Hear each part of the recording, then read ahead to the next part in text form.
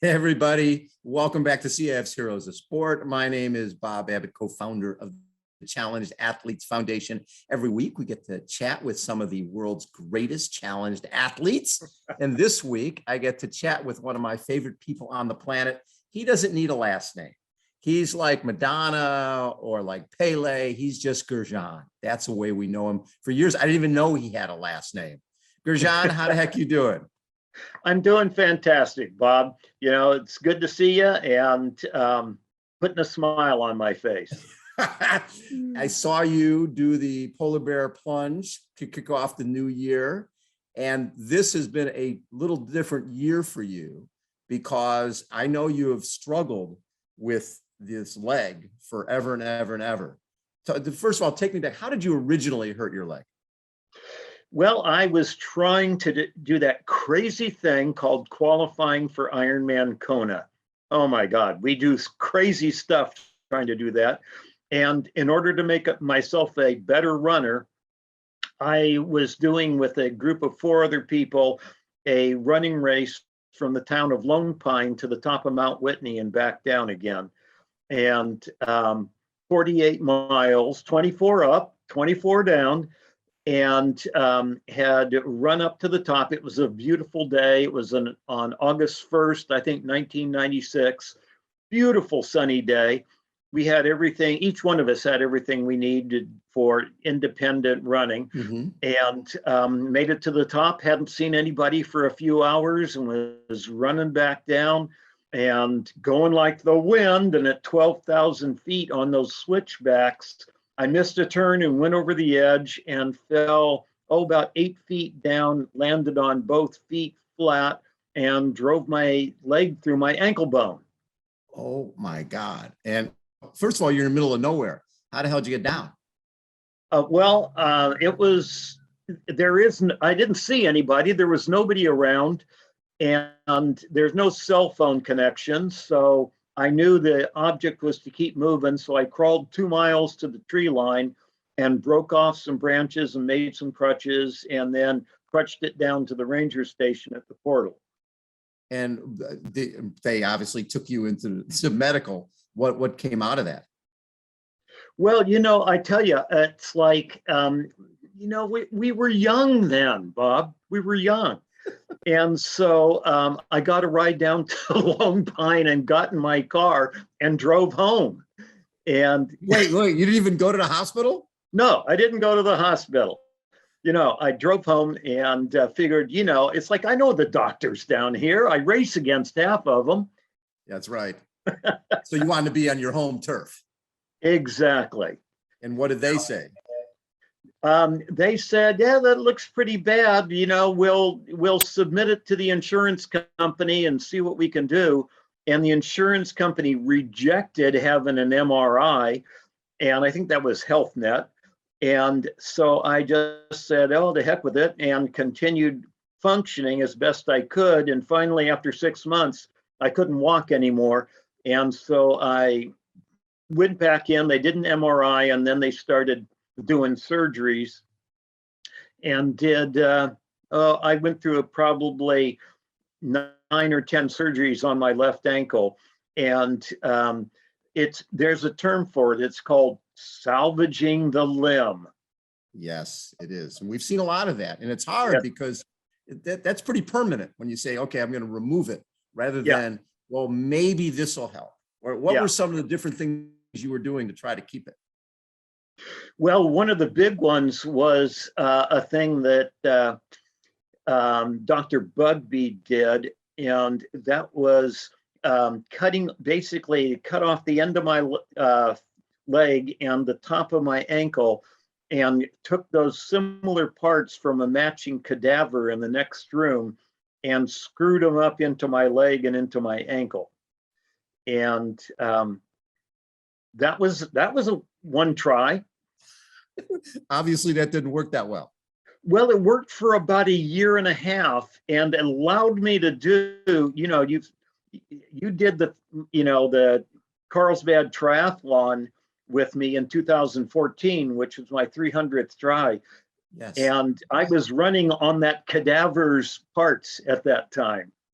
Oh my God. Yeah, it's funny because I'd go to the races and you'd be with crutches, you'd be with a cane, with all Yeah, sorts of different stuff. So even with all the obvious pain that you were going through, you were still out there racing.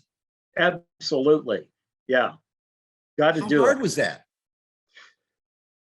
It was, I don't know. I have a high pain tolerance, and I was having fun. And so much of it goes back to my childhood when my dad, after I got injured doing something, I was 7 years old in a surf rat in Redondo Beach.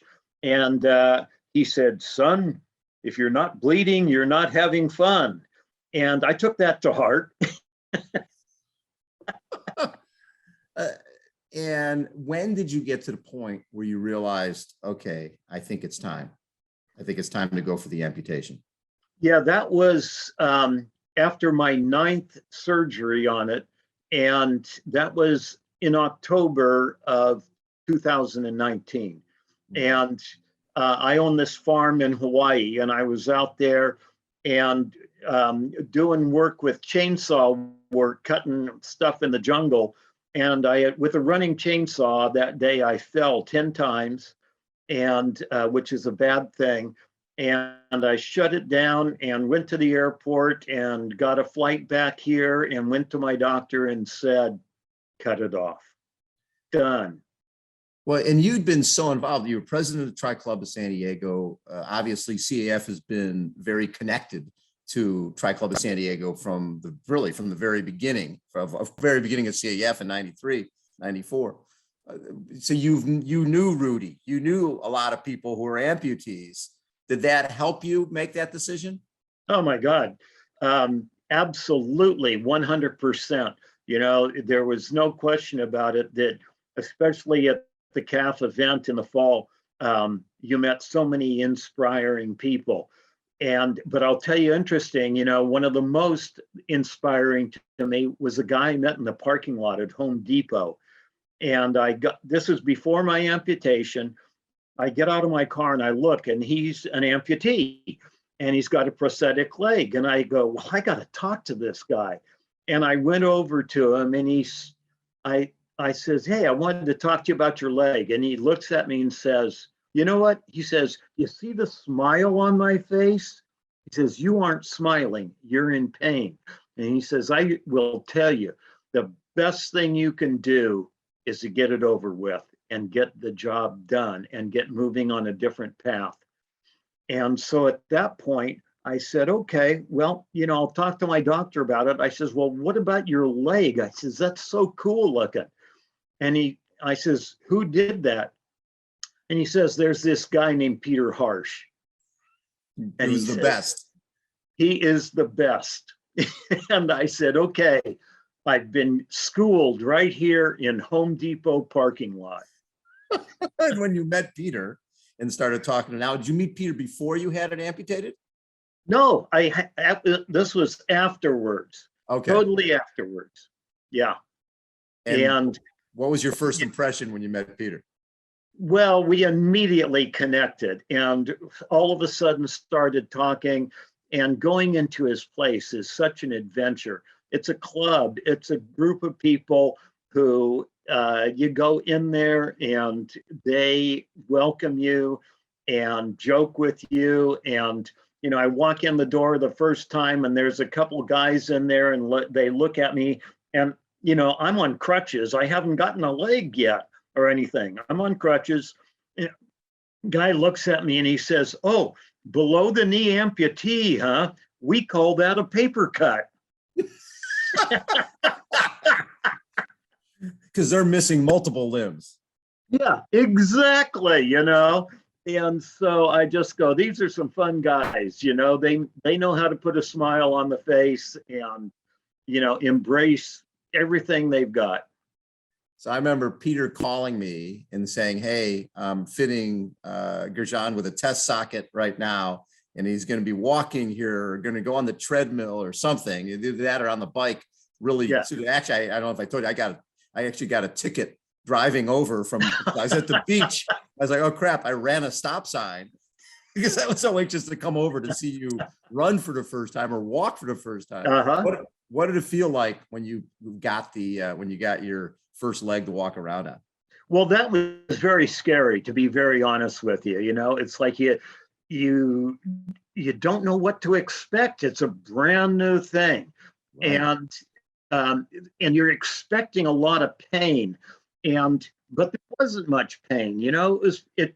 I mean, Peter fits you and makes it so it works for you and it's comfortable, and so, you know, that wasn't there, but the loss of proprioception was pretty scary, to lose that limb and not be able to feel the ground anymore. That was pretty, yeah. So CAF got you a cycling leg? That's correct. You know, and so I just sent you some pictures of me on my bike, on my trainer, and you know, I've got this cycling leg. You guys, you know, gave me a grant for that, and then Peter built it, and now I'm going to use it at Lavaman coming up on April 3rd. Well, and Lavaman's very special because you, as part of Leukemia Team in Training, you coached hundreds and hundreds of athletes to do that event. So coming back and doing that, that'll be your first race as an amputee? Absolutely. And a bunch of those people who are alumni of Team in Training and Lavaman, they're just itching to get back there and do it again after all this shutdown from COVID.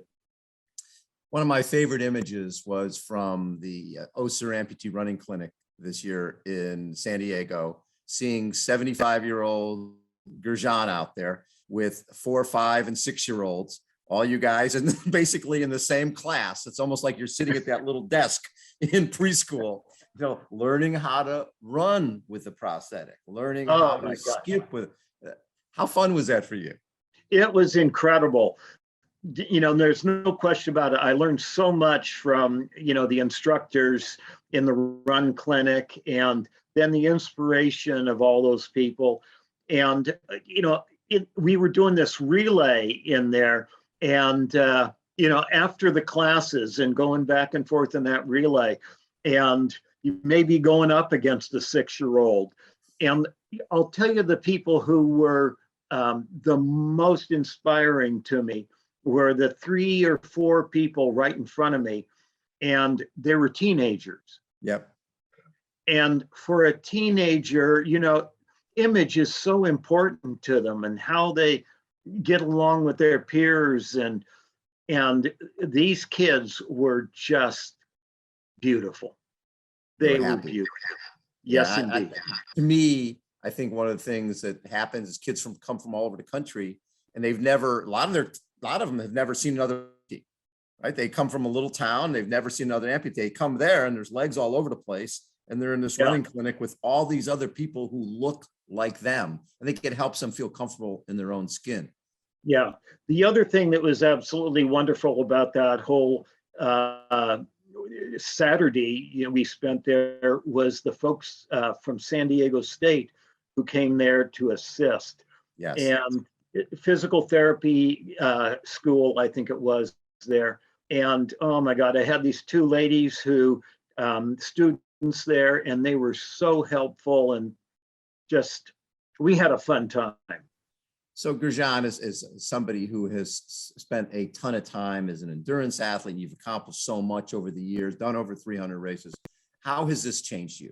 How is this, having your leg amputated and getting a prosthetic and back running and riding? How has this changed you? Well, in a lot of ways, it hasn't changed me at all. You know, it's like, okay, so that's gone, but you keep doing the same stuff you've been doing. Maybe you climb up that ladder going up on the roof to see, you know, what's going on up there a little slower, a little more carefully. But I think the whole thing with everybody I have met through CAF and at Peter's clinic, an incredible crew of people, they would say the same thing. I'm doing the same things that I was doing before. But now you're doing it with a smile on your face. Yeah. I haven't quite got down jitterbug yet. And, I'm looking forward to that. But after seeing that gal who did Dancing with the Stars, double amputee, Amy Purdy. It's possible. Everything is possible. Gurujan, always have loved your attitude, and can't wait till we get to go head to head again. Right? Oh, I'm looking forward to that, Bob. Absolutely. And you'll be beating me just like you did before. Hey, that was a pretty rare occurrence when I beat you, Bob. It's like we traded it off back and forth quite a few races, and just going back to Peter Harsh, that's one of the things that immediately we connected on, was that all of a sudden we looked at each other and just said, oh, we've been racing with each other since 1994. And talking about races that we've both done, and what a connection. I love it. Hey, Gurujan, thanks for coming on Heroes of Sport. You certainly belong in this fraternity and sorority of Heroes of Sport. I love what you're doing. And I'm sure those teenagers are like, God, look at this guy, man. He just lost his leg this year and he's out running with us. That's awesome. I know. One of them said, oh, the old guy's keeping up with us. That's all you can ask for. That is it. No question about it.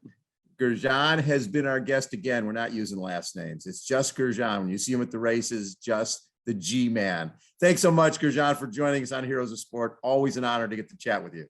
Thank you very much for getting me on here. I appreciate it, and all the recognition, and I'm loving this cycling leg.